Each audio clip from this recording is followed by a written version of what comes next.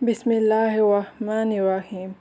مرد کی پسلی سے عورت کو بنا کے اللہ تعالیٰ نے مرد کو اپنی اس حکمت کا اشارہ دیا کہ میں نے اس عورت کی تخلیق فرشتوں کی لائی مٹی سے نہیں کی، میں نے اسے تمہارے جسم کے حصے سے اس لیے نکالا کہ عورت کا تقدس اور پردہ قائم رہے۔ فرشتوں کو بھی خبر نہ ہونے پائی کہ زمین کی لائی ہوئی کس مٹی سے عورت کی تخلیق ہوئی، یعنی عورت کے تقدس کی حد تو دیکھیے کہ فرشتوں سے بھی اس کی بناوٹ کا پردہ لازمی قرار دیا گیا، اور پہلی عورت اس مرد کی پسلی سے نکلی جس کی وہ منکوحہ کہلائی۔ اب بات آتی ہے پسلی کی۔ عورت پسلی سے ہی کیوں نکلی؟ کیا ٹیڑھاپن وہیں سے ملا؟ نہیں، یہاں بھی حکمت سے خالی بات نہیں ہے۔ انسانی جسم میں دل اور بہت سے نازک حصے پسلی کے پیچھے چھپے ہوئے ہیں، یعنی پسلی ایک ڈھال ہے۔ ان نازک حصے کے لیے تو اللہ پاک نے عورت کو پسلی سے نکال کے یہ نہیں بتایا کہ عورت میں ٹیڑھا پن ہے، بلکہ اس عورت کو پسلی کی تخلیق کر کے یہ بات سمجھا دی کہ عورت وقت پڑنے پہ ڈھال بھی بن سکتی ہے۔ حضور پاک صلی اللہ علیہ وآلہ وسلم صحابہ کی محفل میں جلوہ فرما تھے کہ ایک شخص حاضر ہوا اور عرض کرنے لگا، یا رسول اللہ صلی اللہ علیہ وآلہ وسلم، کوئی ایسا مومن بھی ہے جو جہنم میں رہے گا؟ حضور پاک صلی اللہ علیہ وآلہ وسلم فرمانے لگے، ہاں، ایک شخص ایسا ہوگا جو جہنم کی گہرائی میں 1000 سال رہے گا اور مسلسل اونچی آواز میں پکارتا رہے گا، یا حنان یا منان۔ ایک دن اس قدر اونچی بلند آواز سے ہی یا حنان یا منان کہے گا کہ حضرت جبرائیل علیہ السلام جہنم کے قریب سے گزرتے ہوئے اسے سن لیں گے۔ حضرت جبرائیل علیہ السلام حیران ہوں گے کہ یہ کیسی عجیب بات ہے، کوئی مسلسل یا حنان یا منان پکار رہا ہے۔ حضرت جبرائیل علیہ السلام عرش کے سامنے حاضر ہوں گے اور سر سجدے میں رکھ کر خدا کی تسبیح بیان کریں گے۔ اللہ فرمائے گا، اے جبرائیل علیہ السلام، سر اٹھاؤ۔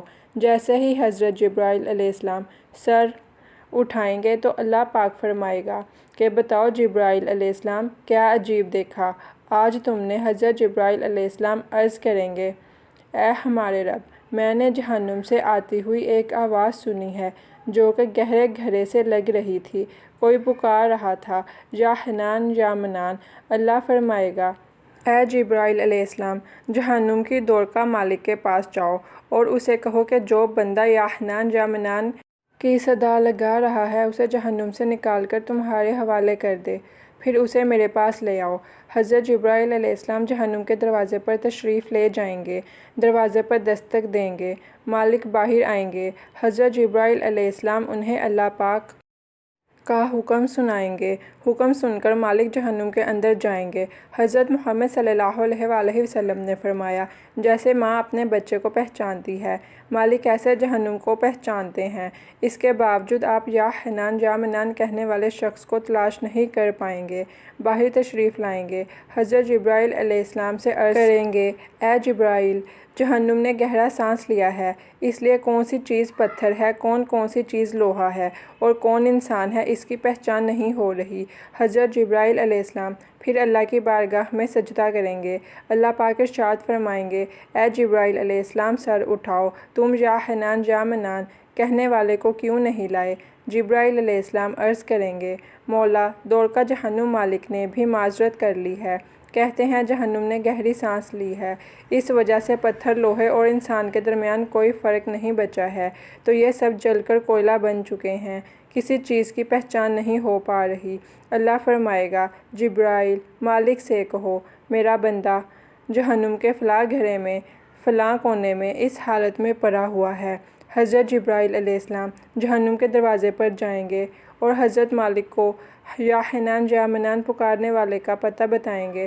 حضرت مالک جہنم کے اندر جائیں گے اور دیکھیں گے ایک شخص ہے، اس کے پاؤں اس کی پیشانی کے ساتھ اور اس کے ہاتھ گردن کے ساتھ بندھے ہوئے ہیں، اور جہنم کے سانپ، بچھو اس کے ساتھ لیٹے ہوئے ہیں۔ حضرت مالک اس کی زنجیریں توڑ دیں گے اور جہنم سے نکال کر حضرت جبرائیل علیہ السلام کے حوالے کر دیں گے۔ حضرت جبرائیل علیہ السلام اسے عرش الہی کے سامنے لے کر حاضر ہوں گے، سر سجدے میں رکھیں گے۔ اللہ پاک فرمائے گا، جبرائیل علیہ السلام، سر اٹھاؤ۔ جبرائیل علیہ السلام سر اٹھائیں گے۔ اب اللہ پاک اس بندے سے فرمائے گا، اے بندے، کیا میں نے تیری بہترین تخلیق نہیں کی تھی؟ کیا میں نے تیری طرف رسول نہیں بھیجے تھے؟ کیا میرے رسولوں نے تمہیں میری کتاب نہیں سنائی تھی؟ کیا میرے رسولوں نے تمہیں نیکی کا حکم نہیں دیا تھا؟ کیا تجھے برائی سے منع نہیں کیا تھا؟ وہ بندہ ساری باتوں کو مانے گا، اقرار کرے گا، یا اللہ تو نے میری بہت اعلیٰ تخلیق فرمائی، تیرے رسول بھی تشریف لائے اور انہوں نے تیرے احکام بھی سنائے۔ اللہ پاک فرمائے گا فلاں فلاں گناہ کیوں کیا؟ وہ عرض کرے گا یا اللہ میں نے اپنی جان پر ظلم کیا جس کی سزا میں مجھے جہنم میں ڈال دیا گیا۔ اے اللہ اس کے باوجود میری امید نہیں ٹوٹی، مجھے تیری رحمت سے امید تھی، میں یا حنان یا منان پکارتا رہا، مولا تو نے مجھے اپنے فضل سے جہنم سے نکالا ہے، یا اللہ مجھ پر رحم فرما۔ اللہ پاک فرمائے گا اے فرشتوں گواہ ہو جاؤ، میں نے اس پر رحم کیا اور اسے معاف کر دیا۔ ناظرین آئیے اپنا اپنا محاسبہ کرتے ہیں، کیا ہم میں کوئی ایسا ہے کہ جو کہہ سکے کہ میں اپنے ایمان کا حساب کر سکتا ہوں؟ اپنی اپنی گریبانوں میں نظر ڈالیں، کوئی ایسی خوبی جس پر ہمیں یقین ہو کہ ہمیں دوزخ میں نہیں ڈالا جائے گا۔ ہزاروں سال کی عبادتیں بھی رد ہوتی دیکھی گئی ہیں، تو بس اللہ سے دعا کرتے ہیں کہ اے اللہ ہم جانتے ہیں کہ اگر ہمارے ایمان کا سخت حساب لیا گیا تو یقیناً ہم نہیں بچ پائیں گے، ہم بہت گناہ گار ہیں، لیکن اے اللہ پاک ہم تیری رحمت کا سوال کرتے ہیں، ہم سے حساب اپنی عدل و انصاف پر نہ لینا بلکہ ہم پر اپنی رحمت اور عطا کا سایہ رکھنا۔ اے اللہ پاک ہماری دعا کو قبول اور منظور فرمانا۔ آمین۔ قیامت کے دن جب لوگوں کے ایمان کا حساب و کتاب ہو رہا ہوگا، پر کچھ لوگ ایسے ہوں گے جن کو اللہ تعالیٰ بغیر حساب کے جہنم میں بھیج دے گا۔ صحابہ کرام نے عرض کی یا رسول اللہ صلی اللہ علیہ وآلہ وسلم وہ کون سے لوگ ہوں گے؟ نبی کریم صلی اللہ علیہ وآلہ وسلم نے فرمایا ظالم حکمران، وہ تاجر جو جھوٹ بولتا ہو، وہ بوڑھا شخص جو زنا کرتا ہو۔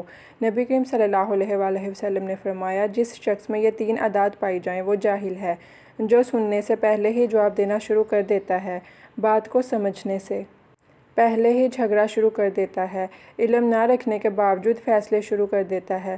اللہ پاک ہم سب کو نیک عمل کرنے کی توفیق عطا فرمائے، آمین۔